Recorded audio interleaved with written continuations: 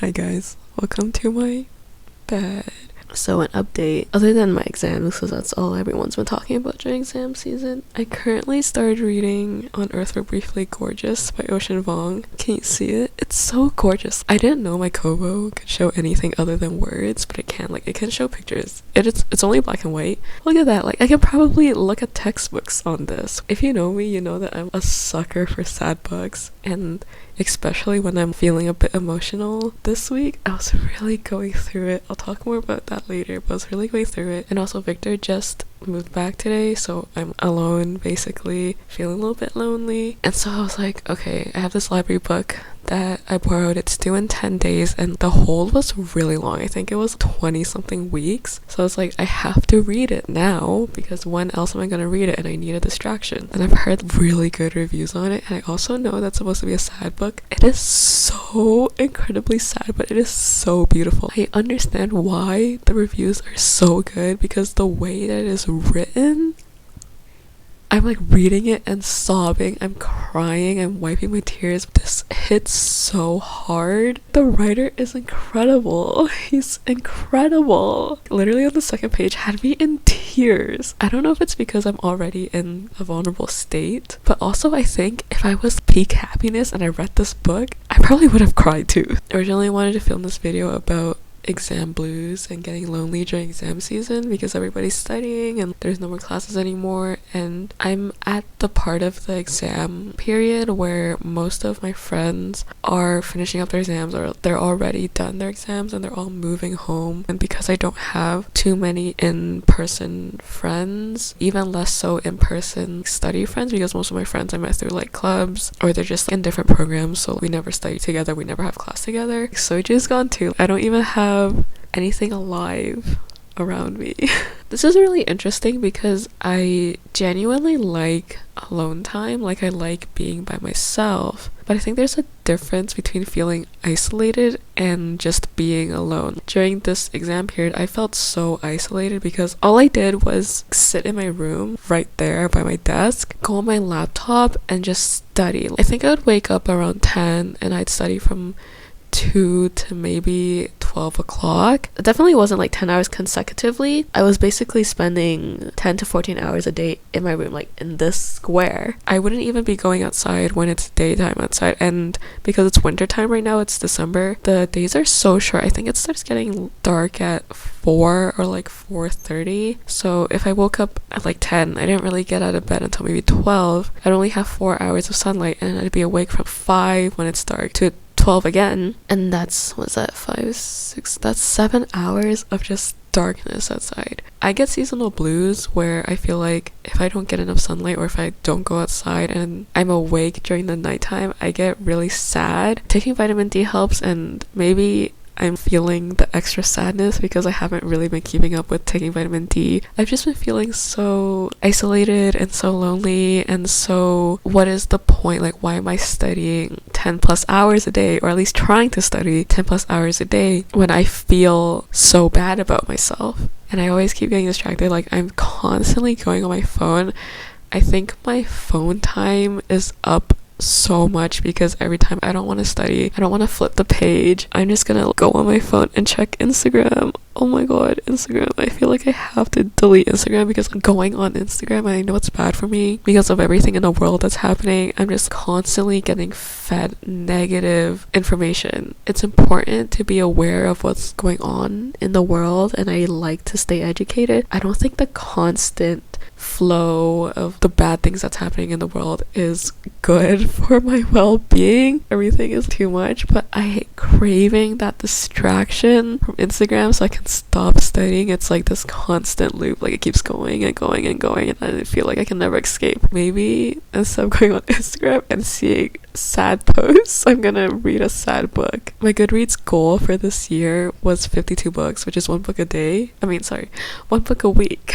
but I'm at 24 right now. So after I finish this one, I'll be at 25, which is half. I would have read one book every other week, which is still pretty good. This is my second day of watching. It's kind of curly, like the curls are a little bit loose, but I don't think I'm gonna get a perm anymore. I don't know how to take care of curly hair. I think it's so hard to get the shape you want. People who are born naturally with curly hair, I don't know how y'all do it. It looks so good. I mean, they've spent their whole lives with curly hair, so they probably know how to tame it, but it's just so hard for me to get it to look the way I want it. And I'd rather just have straight hair and curl it myself overnight. I think it's so much easier to deal with. I've been really getting into podcasts lately. The 2 podcasts that I've been listening to basically every day, and I sometimes re-listen to the same podcast again and again and again because I just put it in the background and I wash the dishes or I clean up my room. I've recently been really loving Unemployed Millennial by Anne-Marie Chase and also Revelatorium. Her main YouTube channel is Cather Out. You know what's so funny? What a small world, because I originally listened to both of them thinking that they're just YouTubers I like listening to, and then I find out that they're actually friends and they went to the same university and they did a podcast together. Everything just kind of was like, oh my god, that makes so much sense because their vibes are pretty similar. No wonder I like their podcast so much. I really like Anne-Marie's podcast because she's really down to earth. Like, she's into spirituality, which I used to be really big into spirituality when I was really lost in my life. Now I think I'm like pretty caught up with everything that's going on and I haven't had time to practice spirituality or think about it. That's a bad excuse to why I haven't really been keeping up. I really enjoy listening to her views on spirituality and ways of living. She talks a lot about, I don't even know how to describe it, but it's like vibrations and stuff. It's definitely like, if you don't believe in spirituality, you will listen to this type of things and be like, oh yeah, like it's just a bunch of coincidences, and you're just like noticing the coincidences, which is what makes you believe that this spirituality stuff is real. With me, even though I myself right now don't super subscribe to this whole like spirituality thing, I think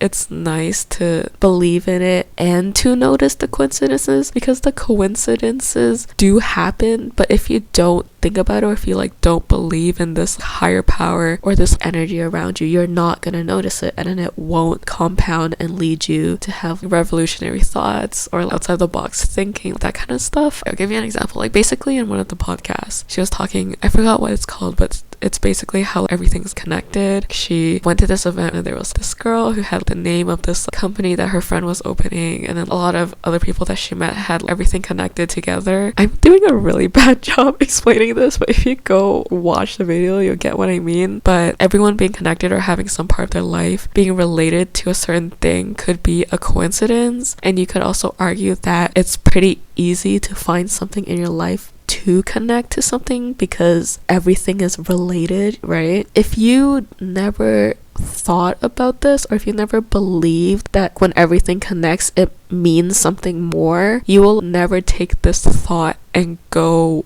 on with your life with the confidence that this is what's supposed to happen. A lot of things in our life that we want happen when we're confident and when we give it the chance. If you keep giving things that you want, or keep giving things that you're looking for a chance, eventually you're gonna get it. Maybe what people need is spirituality and this thought to guide them. I don't think it's bad to be like, hey, I believe in this higher power, and you know, if it works for you, I think that's great. I used to believe in spirituality, I still kind of do, but just not as much as before. I do want to get back into it because I don't think it matters if I really believe in whether or not there is a higher power. I just want to see the world in different lenses and be able to process information and process things that happen in a more positive way. And I feel like the people who believe in like all the spiritual stuff view Earth as such a beautiful, interconnected way. You know, maybe I just want connection, maybe I just want to meet people and see purpose in the world, and maybe spirituality is the thing that's gonna give me that. I think that's why I really enjoy her podcast, because everything in the world is connected, but I wouldn't have known unless you pointed it out. I feel like she's living my dream life if anxiety didn't stop me from doing the things I wanted to do. Yeah, she's a YouTuber. I don't know if I think it's her full-time job. I'm not entirely sure, but she's a YouTuber. She like travels, not those grand travels where she's traveling to Europe or traveling to Asia. She's going back to Alaska where she grew up, and she's traveling to New York where like she lived in for a while, and going to Korea because she's half Korean. It's very peaceful traveling. It's very like, oh, if something's happening there, I'm gonna go and see and explore and live there. One of my dreams is to slow travel, which is where you go to somewhere new and you just live there for 4 months or like a year, and then you move somewhere else to get to know the community and get to know the people there and get to know what it's like to actually live there. She would go back home and she would live with her mother and be in her childhood bedroom. It's just nice to see someone live life slowly and not always feel this urge to get the next upgrade, to get the pay raise, or to get the better job, or to buy a new house, or to buy a new car. I'm always constantly trying to improve myself, and I never have a break to enjoy the world I'm in, because I truly believe that the world I am is beautiful. I'm getting emotional. Oh my god. I'm so emotional this week. It's crazy. Okay. I love the city. I love downtown because I could just sit for like hours. I could watch people walking by with their dogs, watch families walking by talking to their kids, watch the water at Harborfront. I could watch people having their coffee. I love downtown because there's so much stuff going on, and I think life is so beautiful. Every single person has a different life, and it's all happening in this world. Yeah, I really admire that. Or maybe she is anxious and she doesn't show it. Even if she is, I admire that she can live this life she wants and not feel this pressure to keep doing better and keep producing videos and keep upgrading yourself. Well, I guess it doesn't make sense if you didn't know that she only posts occasionally. I think when she has enough content or when she wants to. I think she mentioned this before, where she was living in New York. She always had this pressure that she had to create more content because there were like so many content creators there, and to capitalize off of the people in the area. Now she's moved away and she's producing the videos that she wants to produce, and she's living a slower lifestyle. Oh, and she also does yoga, which I really admire. Like, I love people who do yoga and who meditate and write in their journals, because I want to be like that. I aspire to be a yoga girly so bad. I just want to be at peace. And I don't know if it's because if I become a yoga girly, it's gonna fix all of my issues in my mind. Also, because every time I go back to hot yoga, I feel so much better about myself. I think Catherine, that's her name, from Revelatorium. I really like her because I think she has a lot of really interesting takes on life. She's really anti-systemic. Is that the right word? She's very communal. She wants to meet everybody and be friends with everybody and sees the importance of a community. And I didn't recognize that I really enjoy community as well until I started listening to her podcast. It's one of those things where it's like, when you join a group, at least for me, okay, when I join a group, I want to stay. And I'm like, oh, maybe I just want to stay because I like the things that they're doing. For example, I joined acapella, and I haven't been in acapella for maybe a year or a bit, almost 2 years. I didn't understand why I stayed in acapella. Like, I just kind of chalked it up to be, oh, I like singing. But then I listened to a podcast and I'm like, oh, I want to stay in acapella not only because I like singing, but because I feel a community, because I feel like I belong there and I feel welcomed. It's so obvious, but I would have never thought of this unless I listened to someone else talk about this. She also talks about work-life balance. She also talks about friendships, and I think a lot of coming of age type of stuff that I'm really interested in, because I love to see how other people view life. I really appreciate people who do the things that they're truly passionate about in life, and I feel like she's truly passionate about the things that she does. I think I hold a lot of importance to doing things that make you feel good and doing things that have meaning to you, but I hold myself back because I think that I'm gonna fail, or I think that I'm not good enough. It's really admiring to see people do the things that they are passionate about and hopefully gain enough confidence to start doing the things that I actually want to do, or at least put more effort into it. You know what else I've gotten really into recently? Cinematography. Is that the right word? Short films, nostalgic kind of. You can tell that the person making this film has an art vision in mind. I think her name, what is her name? Like Natalie Lynn. She made the Borderless series, and I love that series so much. It really shows her whole coming of age, living the van life. It also shows her passion through her videos. Like the sound is beautiful, the shots are beautiful, the story is beautiful, and I just love her videos so much. Oh, you know what's really good? Instagram Reels. I haven't had TikTok for the longest time because I think TikTok is just too addicting, and I don't like that because it feeds me all of this fast-paced content. I never really appreciate the things in life anymore, so I just deleted TikTok. First of all, my screen time was so high, and then second of all, I didn't like that I was consuming this fast fashion but fast information for my brain that I don't need. It's like junk. I'm consuming junk, so I deleted TikTok, and then I move on to Instagram Reels, which arguably maybe isn't any better, but it's so much easier to have my Instagram Reel showed me artistic stuff, which is stuff that I'm genuinely interested in and inspires me, and I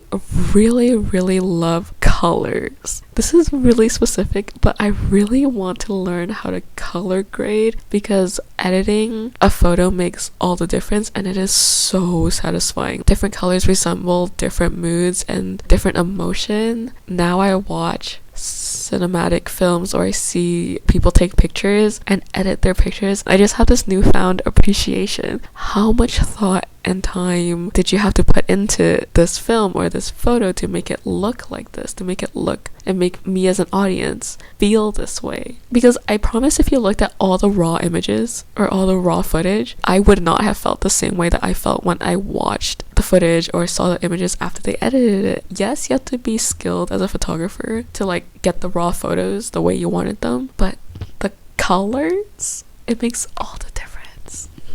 All the difference. It is crazy. I do want to get into photography. As of current, I really want a film camera. I'm looking at that point and shoot 35mm half frame film camera right now because I don't think I'm invested enough to get a manual. What are they called, like SLRs or something? I don't know. I don't know enough about cameras. I just want a toy. I just want to take pictures of my friends or like take pictures of my family, mostly just people, when we go on vacation. I don't want it to feel like, oh, they have to pose for a camera. I just want it to be like, you're smiling right now. You look so cute. I want to take a picture of you. And someone on Facebook is selling it for $60. And I messaged her. I would have to transit pretty far to get this camera, so I wasn't super invested in actually getting this camera yet, but I messaged her and I was like, hey, can we reduce the price? And she was like, no, it's firm. If I bought it new, it's only $10 more. That's why I was a little bit like, if I bust down and grab it, it's gonna be the same price as me buying it new, because TTC is so expensive right now. Like, why is it so expensive? Let me just tell you about the research I did about why I decided I wanted this camera. So first of all, I had this thought of a film camera planted in my brain when this girl I follow on Instagram from my high school posts a picture from her disposable film camera. I just love the way it looks. I like the graininess and I like the contrast from the flash, and I like that it seems old and vintagey. Also because I just like that you can print them out and it looks nice. At that time I was looking into disposable cameras, but I don't go out enough to buy a disposable camera because I feel like disposable cameras are the type of cameras where you buy for one night or you buy for one trip, where at the end of the trip or at the end of the night you get the photos developed and you print them out or post them or whatever. A few months passed, and then one of my other friends bought a disposable camera because she went to Vancouver, which, oh my god, I would love to go to Vancouver. It's actually my dream.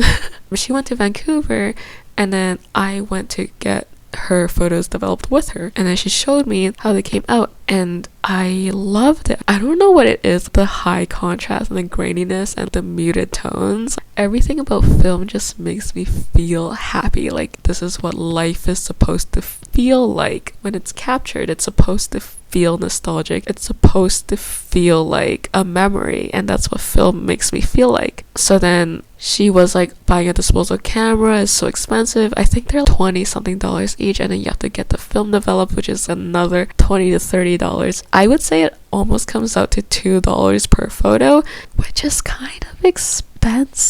It's kind of expensive because I thought my Polaroid camera was expensive, which is about 1.5 per photo. But if you bought film from a disposable camera and got them developed professionally, it's like $2 per photo. Then she was like, she wants to look at reusable film cameras because it just doesn't make sense. If you buy, I think the math came out to, if you bought 2 disposable cameras, it would be the same price as just buying 1 reusable camera. So I'm like, why not just buy 1 reusable film camera? You're gonna take probably more than 2 times 35 is like, what is that, 70? You're probably gonna take more than like 70 film photos if you keep playing with film. We were looking around the camera store, film cameras, and they had this section in the back with secondhand cameras.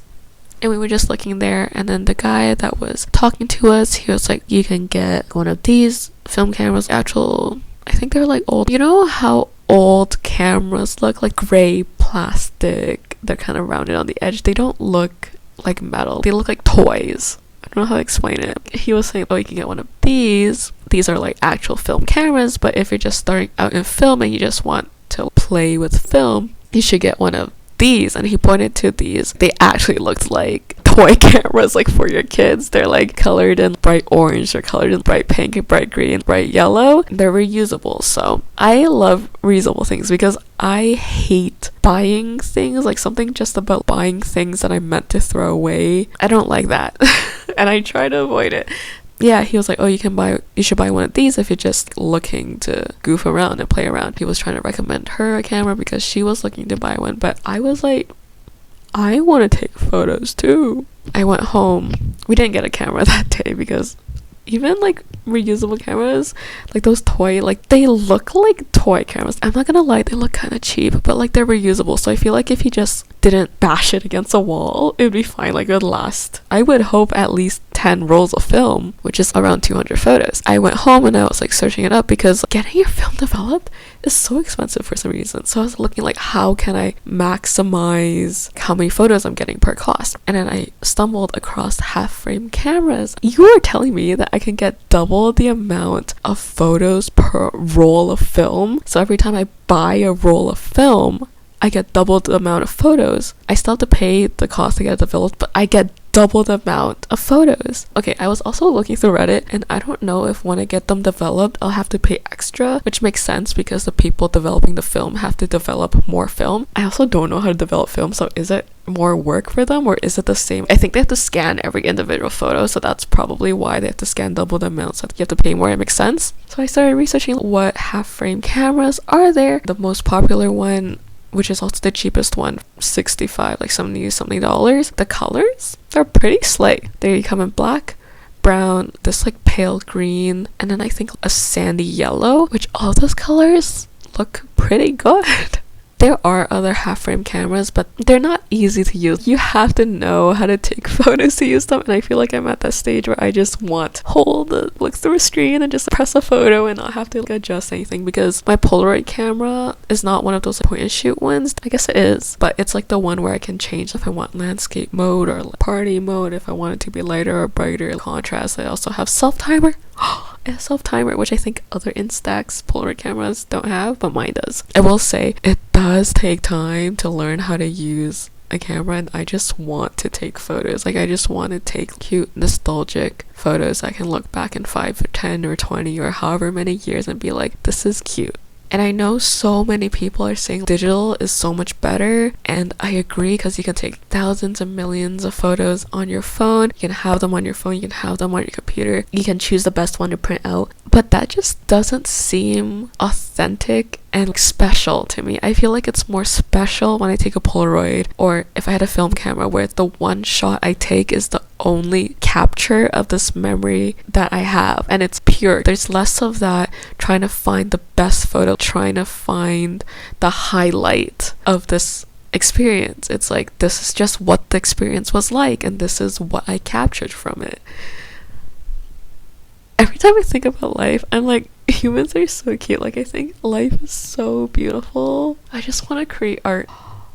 Okay, this is my last thought for the day. You know how Laufey, or I think she says her name like Leve or something, so I'm gonna call her Leve because that's how she says her name. You know how Leve has been getting pretty popular? I'm currently obsessed with her and her music. I watched her Tiny Desk performance. I just fell in love even deeper with her music. I already loved her music because it reminds me of my brother.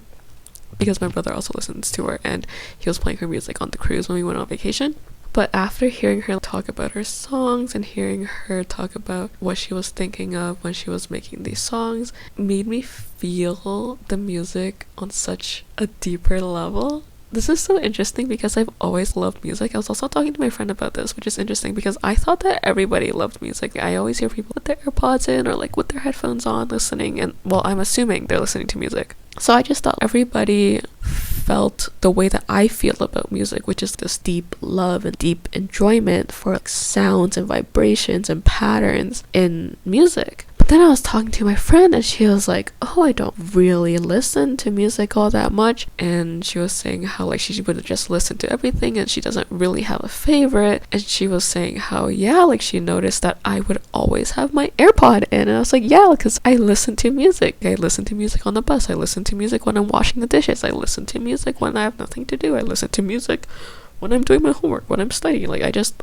am constantly listening to music because I like the way it makes me feel. Like I feel like the world just should have music always. I think this is so obvious. Like of course not everybody feels the same way that I do, but it made me realize that there are people out there who just don't feel music and don't listen to music the same way that I listen to music. I start thinking, why do I love concerts so much? Why do I love Spotify so much? Why do I like putting my headphones on, especially when I have my AirPods on or like when I have my headphones on? I like that I feel the vibrations. I like that I can hear the patterns more clearly. Music is so magical, which is also why I was been in acapella for like the longest time, even though sometimes I felt like I didn't really belong, but that's a story for a different day. Music just makes me feel emotions that I don't think I could feel outside of music. Music just makes everything better. Like I listen to music and I have this lens that everything in the world is just so much better. Leve, her music is like on a whole other level for me. Like I understand why people are obsessed with her. I get it because I also really enjoy classical music. Like I love instrumental music. Orchestra music, the way it vibrates in the room, like the way the sounds bounce off and mesh together, it's so good. It's so good. It makes me feel like your brain's like this, and then when I listen to orchestra music, my brain's like, I'm like this, like it's expanding in there. I also really like jazz, so that's also probably why. Although people do argue that her music's not jazz, if I had to put it in a genre, I would put it in jazz because that's the closest genre that I think it relates to. Also, the way it's produced gives like a magical, nostalgic, reminiscing type of feel. And I eat that shit up. I eat it up. It's so good. Nostalgia is my favorite emotion to feel ever. Nostalgia makes everything magical. It makes me feel like I'm experiencing things for the first time in the best way possible. I was watching her interviews. Well, okay, how I started, I was watching her live performances. And then I saw her like 3 vlogs. I love them. Like it just shows her living life slowly and enjoying life. I like that people can capture moments in their life that are meaningful to them. Have I raved about my Kobo before? Okay. I love this Kobo. My brother got it for me for Christmas or for my birthday. I don't really remember. He also got me a set of candles, which smells so good. I also think the box is so pretty, so I keep the box on my shelf. I love it. It reminds me of him. This is one of the best things ever made. The battery lasts forever. They have images on there, like the buttons are so good, and I like that this bezel thing has a ridge on it, so I can put my thumb comfortably on the ridge and hold it with one hand. It's so easy and light to hold, and the buttons make it so easy because then I don't have to swipe to like flip the page. I don't have to click on the screen to flip the page. It keeps all of my books in one place. Biggest thing, my eyes don't get tired when I'm reading from my Kobo. If my mom is reading this, I promise I don't do this that much, but I can read in the dark and my eyes don't hurt. If you're a reader and you want to read on the bus, this also doesn't give me motion sickness. So I can read on the bus. Like, if you want to read on the bus, if you want to read in between class, if you want to read before bed, this is so much better. Don't get me wrong, I love physical books. You open a physical book, you have to flip the page. And also, you can't read comfortably on your stomach, because I feel like there has to be a certain distance from my face to the physical book. Whereas for this, I can lie on my side and put it on the bed on my side, or like I can lie on my stomach and adjust how big the letters are on the screen, and I can adjust the lighting and everything. I can't really read a book because I need two hands to hold a book when I'm holding a physical book. I can't really read a book comfortably on my side. I also can't hold a book up like this comfortably because all my books are so heavy and all the pages will just fall down. But with this, you can do everything you've ever wanted. It's so good. It fits in my fanny pack. My fanny pack's really big. It fits in my fanny pack perfectly. I can bring this everywhere. It's so compact, so small. I love this thing. I will always rave about this. It is so good. It's one of the best things I own, and I love it so much. That's all my thoughts, so I will see you guys next time, hopefully back in Toronto.